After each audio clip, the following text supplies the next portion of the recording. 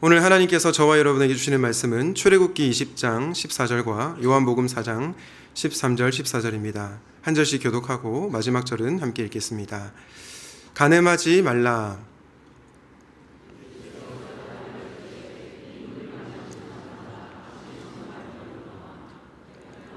마시는 자는 영원히 목마르지 아니하리니 내가 주는 물은 그 속에서 영생하도록 솟아나는 샘물이 되리라. 아멘. 오늘은 내 영혼의 만족이 되시는 주님이라는 제목으로 말씀을 증거하겠습니다. 여러분, 죄는 어디에서부터 시작될까요? 죄는 우리가 만족하지 못하는 데서부터 시작된다고 생각합니다. 창세기의 아담과 하와를 생각해 보십시오. 하나님께서 에덴 동산을 또 만드시고 아담과 하와를 향해서 여기에 있는 모든 것은 다 먹어도 좋다라고 말씀하셨습니다. 그런데 선악과 나무의 열매만은 먹지 말라고 말씀을 하셨죠. 우리는 이 말씀을 보면서 하나님은 내가 좋아하는 것을 못 먹게 하는구나, 골탕 먹이는 분이시구나 라는 오해를 하는 분들이 있는 것 같습니다. 하지만 이런 생각은 말 그대로 오해이죠. 선악과는 기준입니다. 하나님과 피조물을 나누는 기준, 선과 악을 나누는 기준이죠. 이 기준을 지킬 때 인간은 기쁨과 평안을 누릴 수 있습니다. 하지만 이 기준을 넘어서게 될 때 불행이 찾아오게 되고요, 영적 죽음에 이르게 됩니다. 그럼에도 불구하고 아담과 하와는 하나님께서 허락하신 것에 만족하지 못하고 선악과 나무의 열매를 따먹고 맙니다. 아담의 후손인 저와 여러분도 마찬가지인 것 같습니다. 우리도 하나님이 세우신 기준에 만족하지 못하고 살아갈 때가 많습니다. 그리고 그 만족하지 못하는 마음이 우리로 죄에 빠지게 만든다라는 것입니다. 그러므로 만족하느냐, 만족하지 못하느냐, 이것은 신앙의 성패의 중요한 척도입니다. 오늘 우리가 다루는 10계명의 7계명도 마찬가지입니다. 하나님께서는 저와 여러분에게 성이라고 하는 아름다운 선물을 주셨습니다. 성은 너무나 아름다운 것이죠. 아가서 말씀에 보면 결혼한 부부 사이에 맺는 성관계를 너무나 아름답게 묘사하고 있습니다. 한 남자와 한 여자가 결혼하여 맺는 성관계를 노래하고 있는 것이죠. 그런데 눈치채셨겠지만 하나님께서는 이 성에 대하여 제한을 두셨습니다. 결혼한 부부 사이에서만 성적 관계를 허락하셨습니다. 그런데 오늘날 인간은 그것에 만족할 줄 모릅니다. 한 드라마에 나오는 대사처럼 사랑에 빠진 건 죄가 아니잖아 라고 말하며 바람을 정당화하기도 합니다. 오늘날 세상의 일부 사람들은 어떻습니까? 혼전 성관계와 동거를 자유라고 생각하고 아무렇지 않게 생각합니다. 또 동성애를 죄라고 생각하지 않고 인권의 영역이라고 생각하는 사람들이 많이 있습니다. 이렇게 인간은 하나님이 세우신 기준에 만족하지 못하고 그 선을 넘어갈 때가 많이 있다라는 것입니다. 이런 이들을 향해 하나님께서 오늘 말씀하십니다. 간음하지 말라. 하나님께서 세우신 기준에 만족하며 살라고 당부하고 계시는 것입니다. 바라기는 이곳에 계신 여러분 모두가 하나님께서 세우신 기준에 만족하며 살아가시기를 예수님의 이름으로 축복합니다. 오늘은 10계명 7계명을 통하여 간음에 대해서, 결혼에 대해서 함께 생각을 해보려고 합니다. 오늘 역시 세 가지 질문에 답하는 방식으로 말씀을 전하려고 하는데요. 첫 번째 질문은 이것입니다. 간음의 정의는 무엇인가? 간음이란 무엇인가를 다룰 거고요. 두 번째로 우리는 왜 간음에 빠지는지를 살펴보려고 합니다. 그리고 마지막으로 어떻게 이 간음을 극복할 수 있을지를 생각해 보려고 합니다. 여러분, 간음이란 무엇입니까? 간음은 우상 숭배입니다. 7계명에서 간음하지 말라라고 하는 단어를 히브리어 원어로 보면 나아프라고 되어 있는데요. 이 나아프는 한 남자가 다른 남자의 아내와 간음을 한 경우를 나아프라고 합니다. 다시 말해서 간음은 상대의 결혼을 파괴시키는 행위라는 것이죠. 신명기 22장에 보면 유부녀와 약혼녀가 행음한 경우 남자와 함께 돌을 쳐서 죽이라고 명령합니다.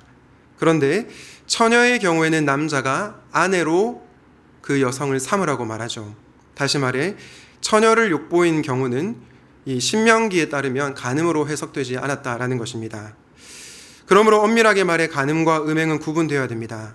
간음은 남의 배우자와 관계를 맺는 것이고 음행은 결혼 밖 성관계 전반적인 것을 의미합니다.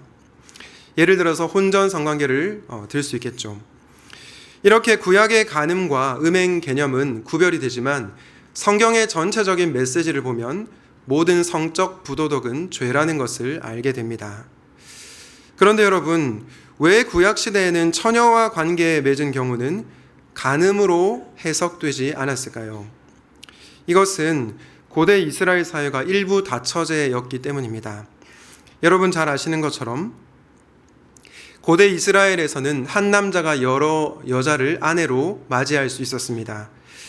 이것을 볼 때 고대 사회에서 간음을 판단하는 기준은 혼인을 했느냐 하지 않았느냐라는 것입니다. 이런 관점에서 보면 누가 간음을 한 자입니까? 바로 남의 아내와 잠자리를 한 자가 바로 간음한 자입니다. 다윗이 밧세바를 취했을 때 나단 선지자가 이렇게 말합니다. 사무엘하 12장 10절입니다. 너는 이렇게 나를 무시하여 햇사람 우리아의 아내를 빼앗아다가. 여러분, 이것을 통해서 우리는 무엇을 알 수 있습니까? 다윗의 범죄가 밧세바에 대한 범죄이기도 하지만 우리아에 대한 범죄이기도 하다라는 것입니다. 왜냐? 당시 아내는 남편의 소유로 인정되었기 때문이죠. 이렇게 다른 남편의 아내를 소유하고자 하는 것이 구약이 말하는 간음입니다. 그런데 앞서 말씀드린 것처럼 인간은 하나님께서 세우신 기준에 만족하지 못하고 그 이상을 넘어서려고 할 때가 있습니다. 아담의 후손인 다윗 역시 만족할 줄 모르고 자신이 하나님이 되어서 밧세바를 범하게 된 것입니다. 결국 10계명 7계명을 어긴 것은 너는 나 외에는 다른 신들을 내게 두지 말지니라 라고 하는 이 1계명을 어긴 것과도 같습니다. 왜냐하면 다윗은 하나님이 아니라 자기 자신을 신으로 섬겼기 때문이죠. 그래서 다윗이 나중에 회개할 때 뭐라고 고백합니까? 우리 시편 51편 4절 말씀 같이 읽도록 하겠습니다. 시작.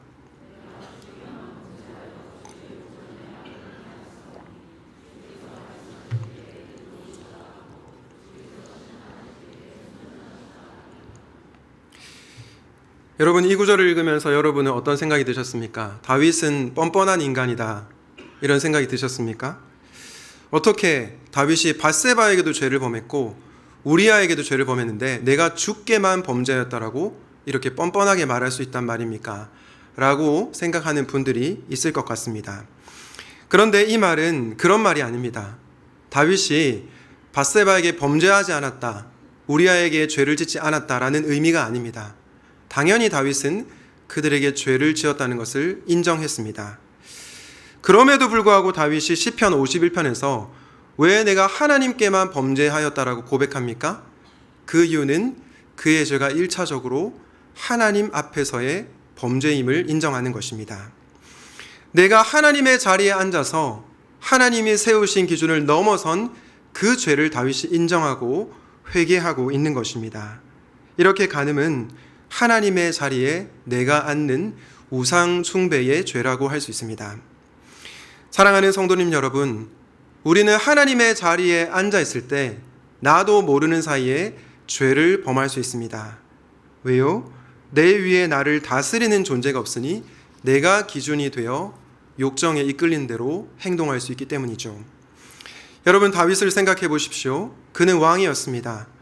그는 왕의 권력을 이용하여 밧세바를 불러들였습니다. 자신보다 높으신 하나님을 망각했죠. 자신이 아니라 자신이 하나님의 자리에 앉아 있었던 것입니다. 이처럼 사람은 하나님의 자리에 앉아 있을 때 죄를 범하는 것입니다. 팀켈러 목사님이 자신이 아는 한 남자 청년의 얘기를 한 적이 있습니다. 이 청년이 젊은 시절 굉장히 문란한 삶을 살았습니다. 여러 여성들과 잠자리를 가졌는데요, 사랑하지도 않으면서 여러 여성들과 잠자리를 가졌습니다. 왜 그랬을까요? 자신이 그 여성들보다 위에 있다는 것을 과시하고 싶었기 때문입니다. 자신이 마음만 먹으면 다른 사람들을 통제할 수 있는 신처럼 여겼기 때문입니다. 결국 그는 자기 자신이 하나님이었던 것입니다. 이렇게 간음은 곧 우상 숭배입니다. 그러므로 우리는 늘 하나님 앞에서 내가 하나님의 자리에 앉아 있지는 않은지를 돌아보아야 하는 것입니다. 여러분, 그 위대한 다윗도 하루아침에 무너졌던 것처럼 저와 여러분도 하루아침에 무너질 수 있다라는 것입니다. 여러분, 언론을 통해서 간음을 범한 위대한 지도자들의 모습을 보지 않습니까? 가끔은 저 사람은 그럴 것 같다라고 생각한 사람들도 있지만 정말 그럴 것 같지 않았던 사람이 이 죄 앞에 무너지는 모습을 보게 됩니다. 왜 그렇습니까? 그 이유는 하나님의 자리에 자신이 앉아 있었기 때문입니다. 하나님이 세우신 기준에 만족하지 못하고 스스로 신이 되려고 했기 때문이죠. 그러므로 간음은 자신을 하나님으로 섬기는 우상 숭배의 죄인 것입니다. 사랑하는 성도님 여러분, 혹시 여러분은 하나님의 자리에 앉아 있지는 않습니까? 그것은 여러분을 무너뜨릴 수 있는 적신호입니다. 그러므로 늘 하나님 앞에 겸손하시기를 바랍니다.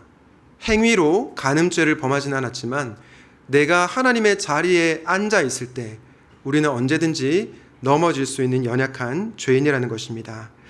이 사실을 기억하시고 혹시 여러분 가운데 하나님의 자리에 내가 앉아 있었다면 그 자리에서 내려오시기를 바랍니다. 간음은 곧 우상 숭배임을 기억하시고 내가 아니라 하나님만 예배하는, 하나님만 섬기는 분들 되시기를 예수님의 이름으로 축원드립니다. 우리가 하나님이 되려고 할 때 간음죄를 범할 수 있다라고 말씀을 드렸는데요. 조금 더 심층적으로 들어가 보도록 하겠습니다. 우리는 왜 간음에 빠질까요? 그 이유는 목마르기 때문입니다. 우리의 목마름이 해소되지 않기 때문에 이 죄에 빠지게 된다라는 것입니다. 그 목마름과 갈급함을 주님이 아니라 다른 대상에게서 채우려고 하는 것이죠. 여러분, 제가 앞서 간음은 우상 숭배라고 말씀을 드렸는데요. 이 우상에는 이면적 우상과 표면적 우상, 표면적 우상과 이면적 우상이 있습니다. 표면적 우상은 뭘까요? 겉으로 드러나는 우상입니다. 이면적 우상은 무엇입니까? 우리 안에 숨겨진 우상, 표면적 우상을 섬기게 만드는 우리 안에 내재되어 있는 근본적인 우상을 말합니다. 예를 한번 들어보겠습니다. 어떤 사람이 성을 우상으로 섬기고 살아갑니다. 하나님보다 쾌락을 더 사랑하죠. 이 사람의 표면적 우상은 무엇입니까? 성과 쾌락입니다. 그런데 이 사람의 근본적인 동기, 이면적 우상을 들여다보면 거기에는 더 깊은 욕구가 있다라는 것을 알게 됩니다. 여러 가지 이면적 우상이 있는데 오늘은 시간 관계상 두 가지만 다뤄보려고 합니다. 한 가지 우상은 바로 알락이라고 하는 우상입니다. 알락이라고 하는 우상. 여러분, 알락이라는 우상에 빠진 이는 어떻습니까? 자신이 필요로 하는 방식의 성적 충족을 원합니다.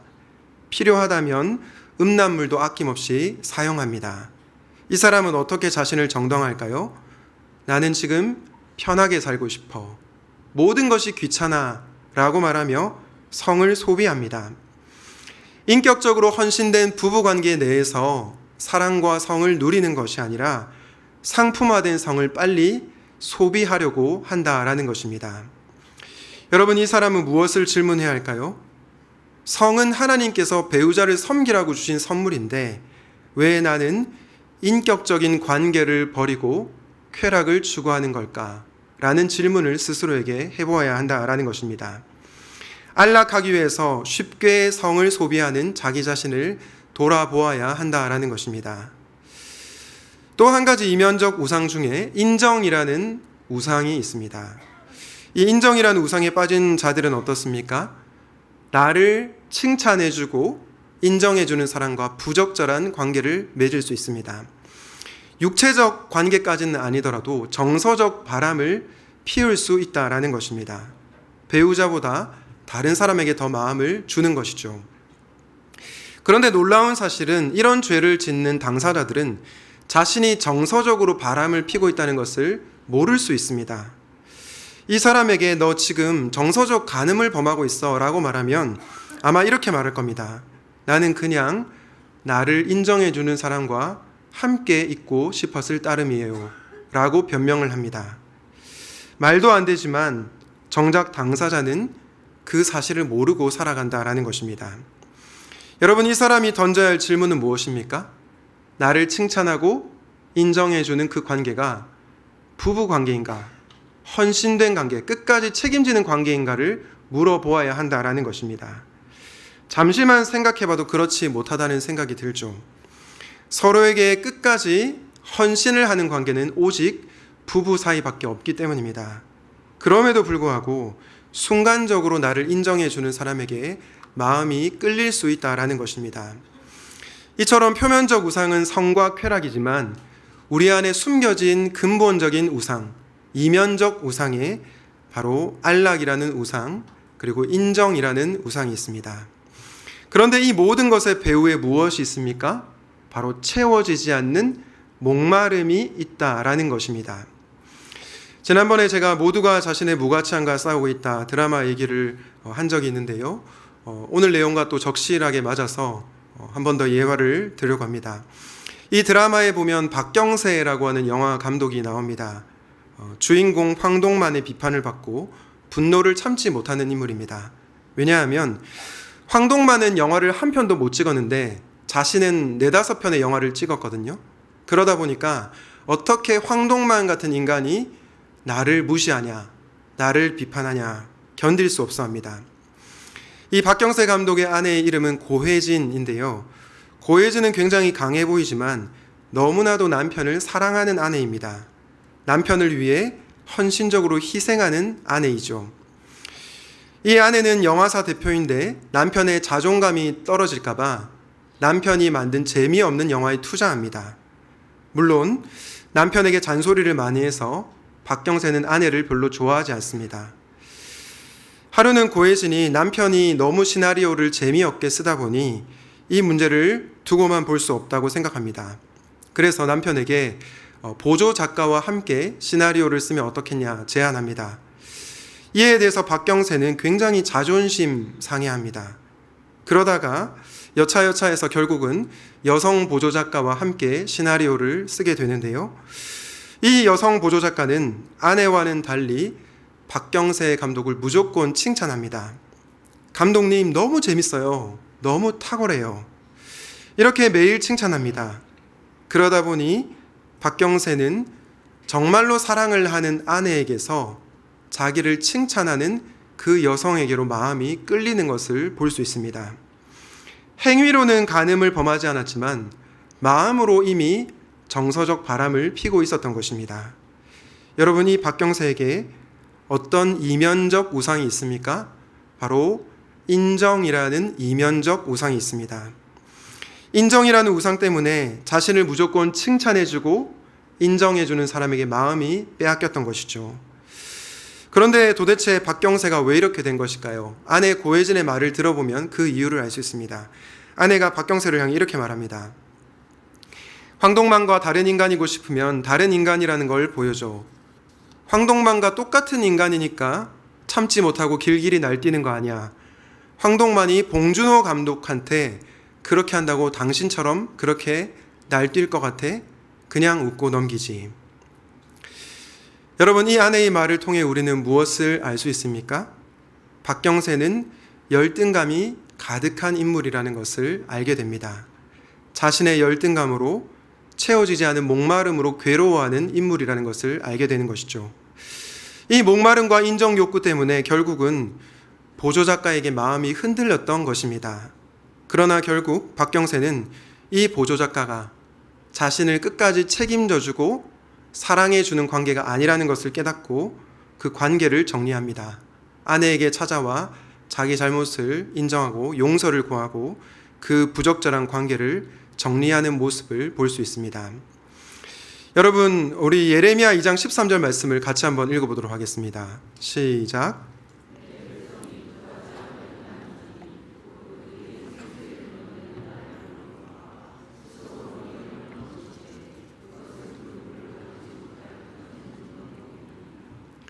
여러분, 이스라엘 백성들이 범한 두 가지 악이 무엇입니까? 하나는 생수의 근원이신 하나님을 버린 것이고, 두 번째는 스스로 웅덩이를 판 것입니다.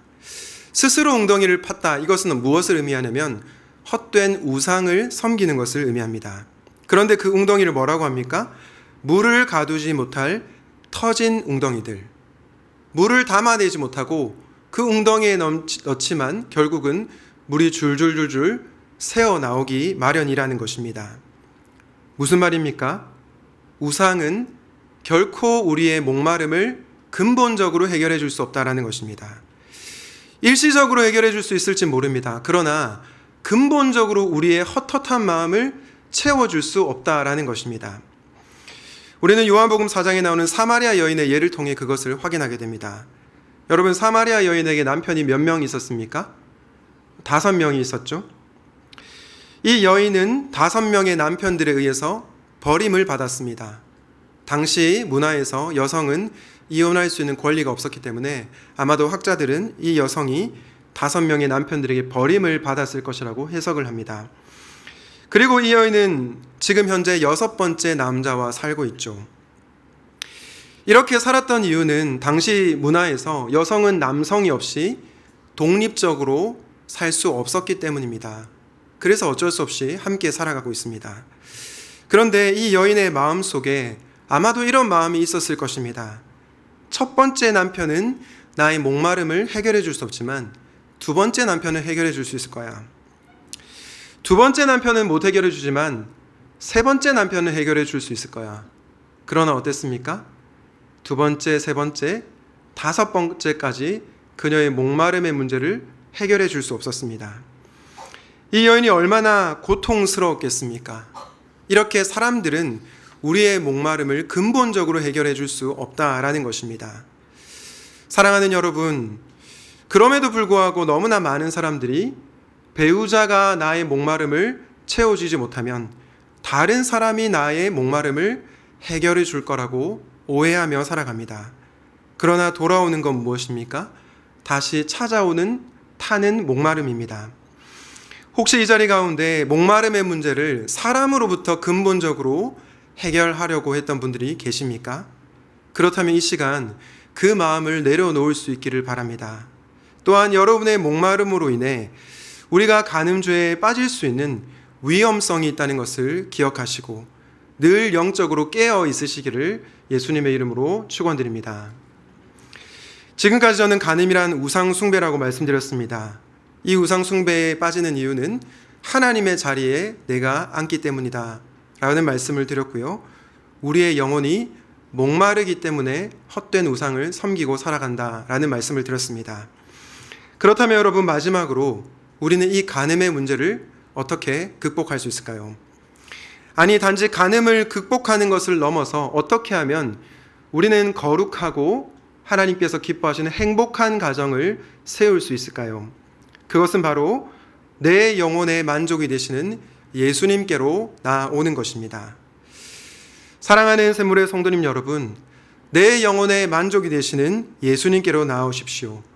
그리하여 여러분의 영혼을 진정으로 만족시키는 그분을 만나 여러분의 목마름이 해결되는 은혜가 있으시기를 예수님의 이름으로 축원드립니다.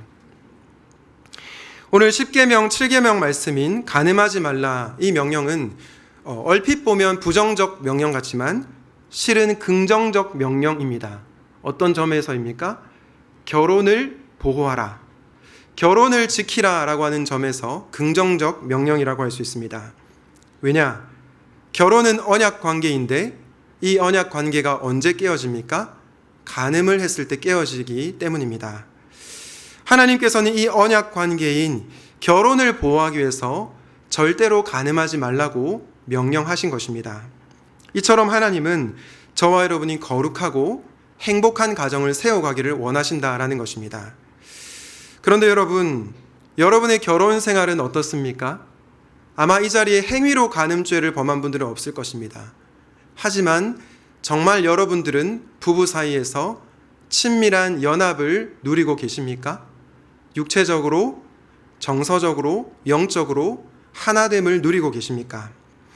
아마 많은 분들이 그렇지 못할 거라고 생각합니다. 그리고 심지어는 서로를 미워하고 증오하는 배우자들도 있을 거라고 생각합니다. 여러분, 결혼 전에는 서로를 너무나 사랑했는데 왜 이렇게 된 것일까요? 연인 때는 없으면 못 살 것처럼 말했다가 결혼하고 나서 왜 이렇게 우리가 변질이 된 것일까요? 저는 두 가지 이유 때문이라고 생각합니다. 첫 번째 이유는 내가 변화되지 않기 때문입니다. 내 남편이 내 아내가 변화되지 않아서가 아니라 내가 변화되지 않기 때문입니다. 여러분, 성경은 우리에게 어떤 남편과 어떤 아내가 되라고 명령합니까? 우리 에베소서 5장 31절에서 33절 같이 읽겠습니다. 시작.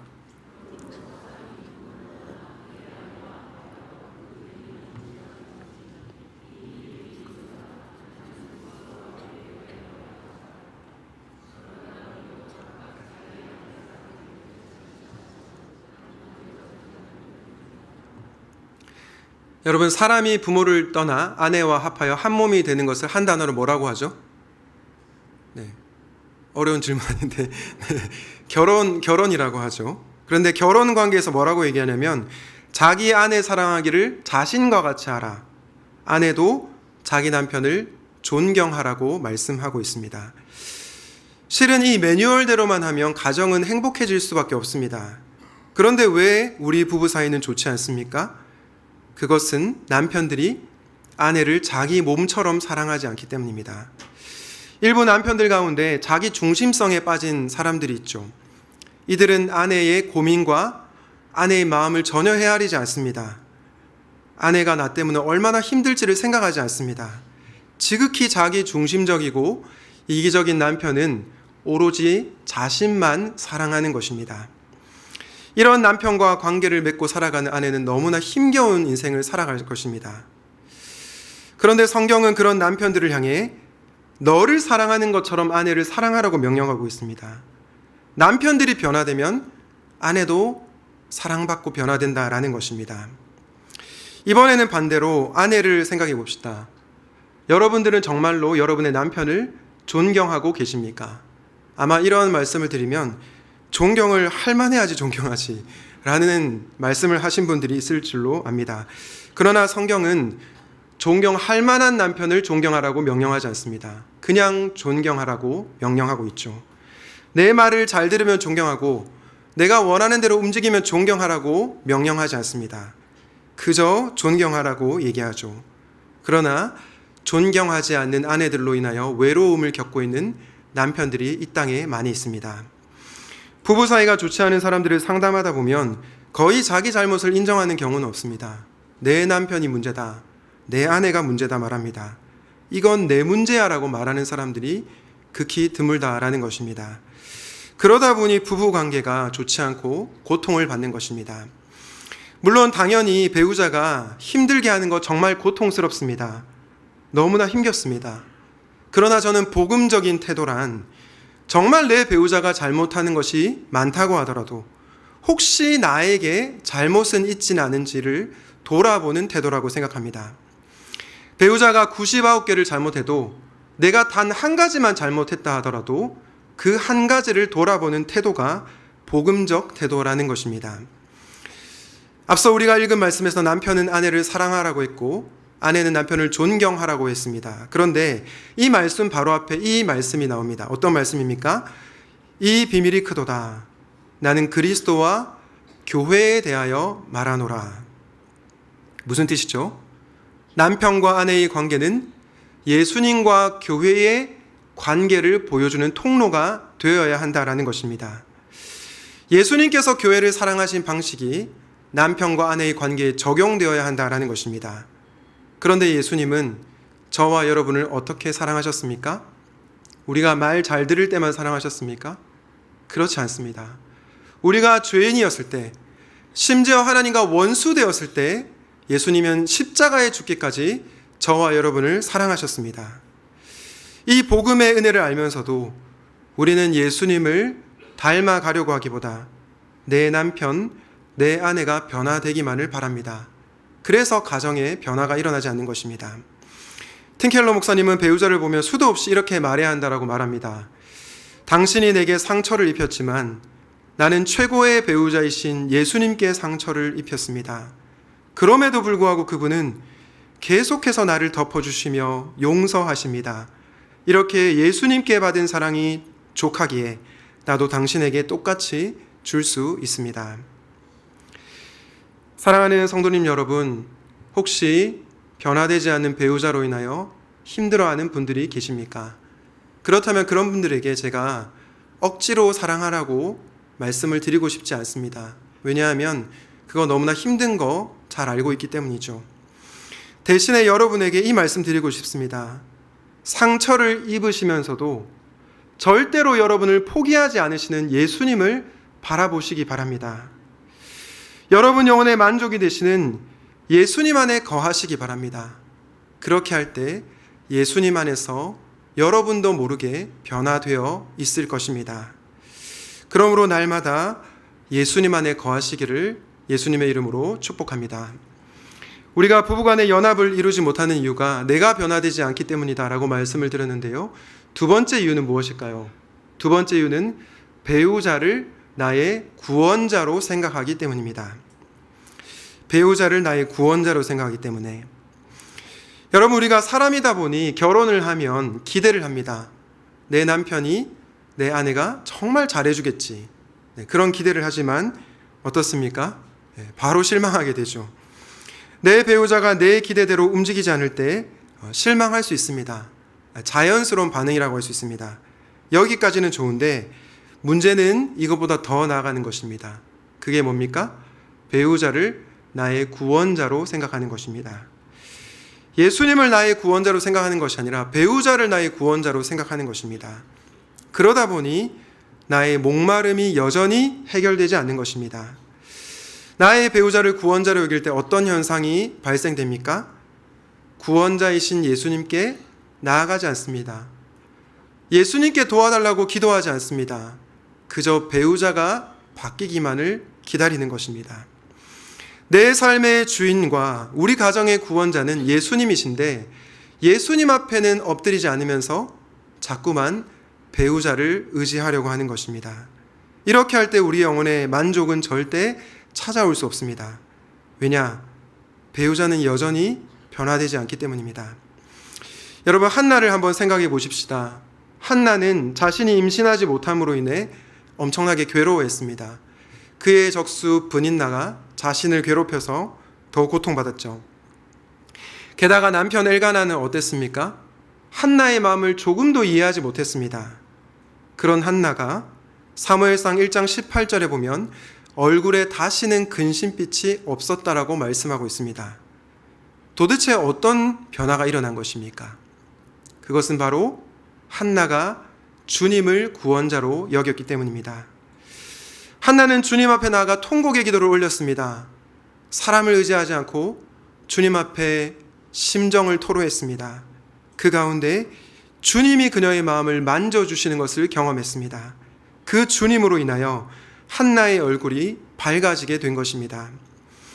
사랑하는 성도님 여러분, 많은 사람들이 배우자를 구원자로 여기며 살기에 배우자에게서 채워지지 않는 목마름을 느낄 때 엉뚱하게 다른 사람에게서 그 목마름을 해결하려고 하는 것입니다. 그러나 여러분, 여기에 만족은 없습니다. 일시적으로 우리를 위로할 수 있을지 몰라도 탄산음료처럼 또다시 목이 마를 것입니다. 그러므로 우리는 내 영혼의 진정한 만족이 되시는 예수님께로 나아가야 하는 것입니다. 우리 요한복음 4장 13절 14절 같이 읽겠습니다. 시작.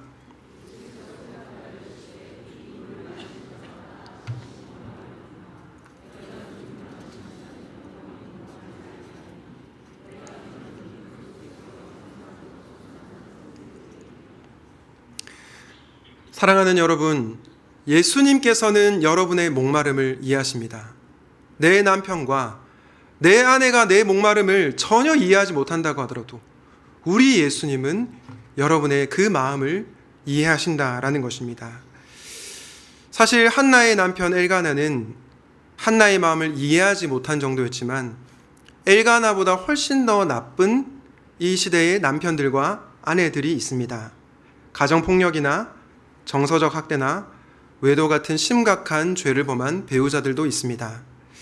이런 죄는 절대 정당화될 수 없으며 이런 죄를 범한 이들은 철저하게 하나님 앞에 회개해야 합니다. 그리고 이런 죄로 인해 상처를 입은 배우자는 오랜 시간 회복의 과정을 밟을 필요가 있습니다. 그런데 여러분, 우리 예수님은 이런 죄로 인해서 깨어진 그 사람의 마음을 이해하시는 분이십니다. 왜냐? 예수님은 아무런 죄가 없으심에도 불구하고 억울하게 십자가에 달리셨기 때문이죠. 그분은 죄에 대한 하나님의 모든 진노를 받으시면서 주님의 공의를 이루셨고 억울하게 고통을 받으시면서도 당신의 사랑을 확증하셨습니다. 그러므로 아무도 내 상처와 아픔을 이해하지 못한다고 하더라도 예수님은 여러분의 그 마음을 이해하시고 유일하게 위로하실 수 있는 분이시라는 것입니다. 그리고 그분께로 나아오는 이들을 향해 내가 너의 목마름을 해결해 주겠다라고 말씀하십니다. 사랑하는 성도님 여러분, 혹시 한나처럼 배우자가 여러분을 이해하지 못해서 괴로워하십니까? 그것보다 더 극심한 고통을 겪어서 상처를 받은 분들이 계십니까? 그렇다면 여러분의 유일한 구원자이신 예수님께로 나아오시기 바랍니다. 여러분의 배우자는 여러분을 실망시켰을지 몰라도, 지금도 실망시키고 있을지 몰라도 여러분의 참된 신랑이요 남편이신 예수님은 절대로 저와 여러분을 실망시키지 않으실 것입니다. 그 예수님께로 나오는 가운데 여러분의 영혼이 소생케 되는 은혜가 있으시기를 예수님의 이름으로 축원드립니다. 말씀을 맺습니다. 사랑하는 성도님 여러분, 하나님께서 우리의 행복을 위하여 간음하지 말라고 명령하셨습니다. 그러나 우리는 하나님이 되고자 하는 그 교만함에 빠질 때가 있습니다. 우리의 목마름을 채우기 위하여 끊임없이 헛된 우상에 마음을 빼앗깁니다. 이런 우리에게 무슨 소망이 있습니까? 아무런 소망이 없습니다. 거룩하지 못한 죄인인 저와 여러분에게는 그 어떤 소망이 없습니다. 그러나 우리에게 유일한 소망이 있습니다. 그것은 바로 저와 여러분의 영혼의 만족이 되시는 예수님이 계시기 때문입니다. 이 예수님께서 우리의 목마름을 해결해 주실 수 있는 유일한 위로자 되십니다. 이 예수님께 나옴으로 배우자가 변화되는 것이 아니라 내가 변화되는 은혜가 있으시기를 예수님의 이름으로 축원드립니다. 나아가 예수님 안에서 영적인 회복이 일어나고 주님이 기뻐하시는 거룩하고 행복하고 아름다운 가정을 세워나가는 샘물의 모든 성도님들 되시기를 예수 그리스도 이름으로 축원드립니다. 아멘. 오늘 말씀을 기억하며 함께 내 갈급함 찬양하도록 하겠습니다. 우리의 영혼에 참된 만족이 되시는 예수님 감사합니다. 주님께서는 우리가 우상을 섬기며 고통받는 것을 보길 원하지 않으시기 때문에 오늘 이 시간 부족한 설교자를 통해 내게로 나오라, 내가 너의 목마름을 채워주겠다라고 말씀하신 우리를 사랑하시는 예수님이심을 믿음으로 고백합니다. 사랑하는 샘물의 모든 성도님들, 헛된 우상을 섬기는 것을 내려놓고 우리의 영혼의 만족이 되시는 예수님께로 나아와 예수님이 주시는 진정한 기쁨과 자유와 해방과 평안을 경험하는 사랑하는 모든 성도님들 되게 하여 주시옵소서. 내 남편과 내 아내가 변화되지 않아서 고통받고 있는 샘물의 성도님들이 있을 줄로 압니다. 주님이 그 아픈 마음, 상처받은 마음을 이해하시오니 그분들에게 찾아가 주셔서 주님이 주시는 이 세상이 알 수 없는 위로를 부어주시고 그 위로로 말미암아 영적으로 다시 한번 일어나게 되는 사랑하는 모든 샘물의 부부가 될 수 있도록 도와주시옵소서. 또한 우리가 복음의 정신으로 내 남편과 내 아내를 사랑으로 섬기게 하시고 그것을 통해서 샘물 가정이 회복되고 샘물 교회가 더욱더 건강하게 세워져 가게 하여 주시옵소서. 우리에게 주신 물질의 주인이 예수님이심을 고백하며 있는 그대로 돌려드립니다. 이 물질 사용하여 주셔서 하나님의 나라가 확장되게 하시고 주님의 몸된 샘물 교회가 더욱더 굳건하게 세워지게 하여 주시옵소서. 주 예수 그리스도의 은혜와 하나님의 사랑과 성령의 교통하심이 우리의 영혼의 만족이 되시는 예수님께로 나아가 그분이 주시는 진정한 기쁨과 평안을 누리기를 소원하는 이 자리에 모인 모든 영혼들 가운데 지금부터 영원토록 함께 있을지어다. 아멘.